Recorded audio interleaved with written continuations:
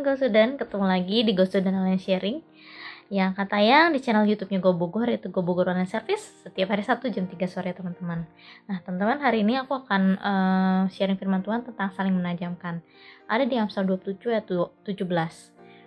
Besi menajamkan besi, orang menajamkan sesamanya. Nah di sini hari ini aku mau bagikan 4 poin. Gimana sih caranya kita saling menajamkan? Aku singkatnya 4M ya teman-teman. Yang pertama adalah menegur. Menegur dengan kasih. Di Matius 18 ayat 15 berkata seperti ini teman-teman. Apabila saudaramu berbuat dosa, tegurlah dia di bawah 4 mata. Jika ia mendengarkan nasihatmu, engkau telah mendapatkannya kembali. Nah teman-teman, menegur dengan kasih itu berarti menegur dengan maksud baik. Dan di bawah 4 mata itu bertujuan untuk tidak mempermalukan seperti itu ya. Dan teguran itu biasa membawa jalan yang benar untuk orang tersebut. Itu teman-teman, menegur bukan memaki, itu berbeda sekali ya teman-teman.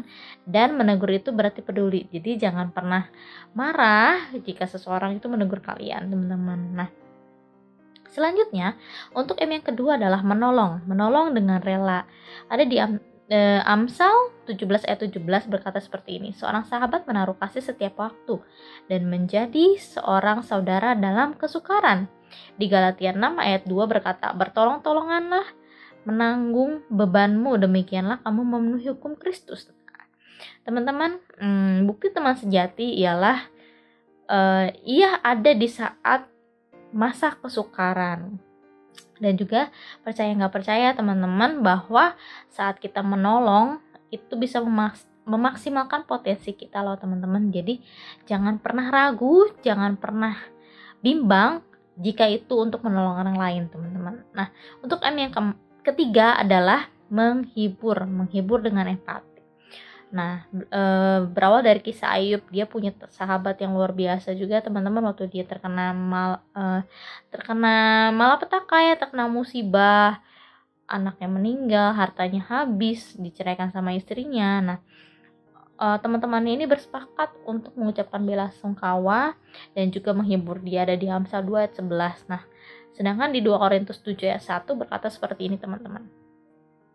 Sehingga kamu sebaliknya harus mengampuni dan menghibur dia, supaya ia jangan binasa oleh kesedihan yang terlampau berat. Nah, menghibur itu harus dengan empati teman-teman, karena kesedihan dan kesengsaraan itu bisa membunuh seseorang ya teman-teman. Contohnya membunuh semangat kita.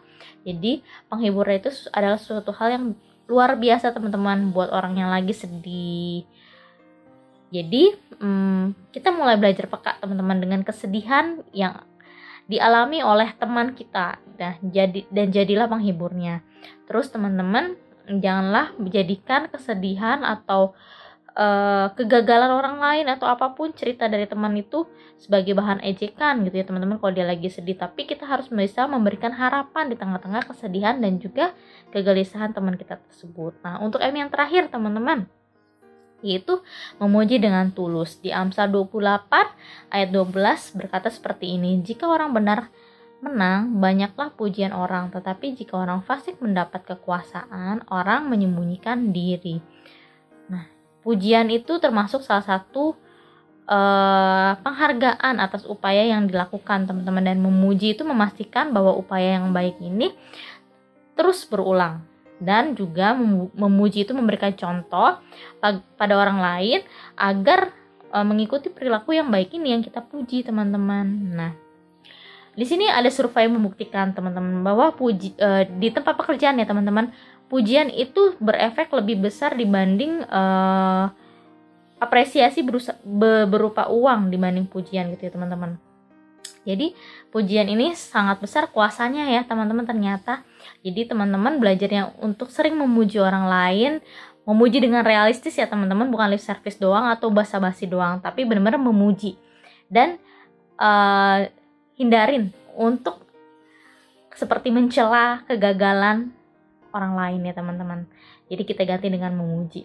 Nah teman-teman, dari firman Tuhan hari ini aku ada 4 poin, yaitu bagaimana caranya kita saling menajamkan. Yang pertama menegur, yang kedua menolong, yang ketiga menghibur, dan yang keempat memuji. Terima kasih teman-teman sudah menonton Ghost Student Online Sharing ini. Semoga dapat memberkati dan sampai jumpa di Ghost Student Online Service berikutnya. God bless.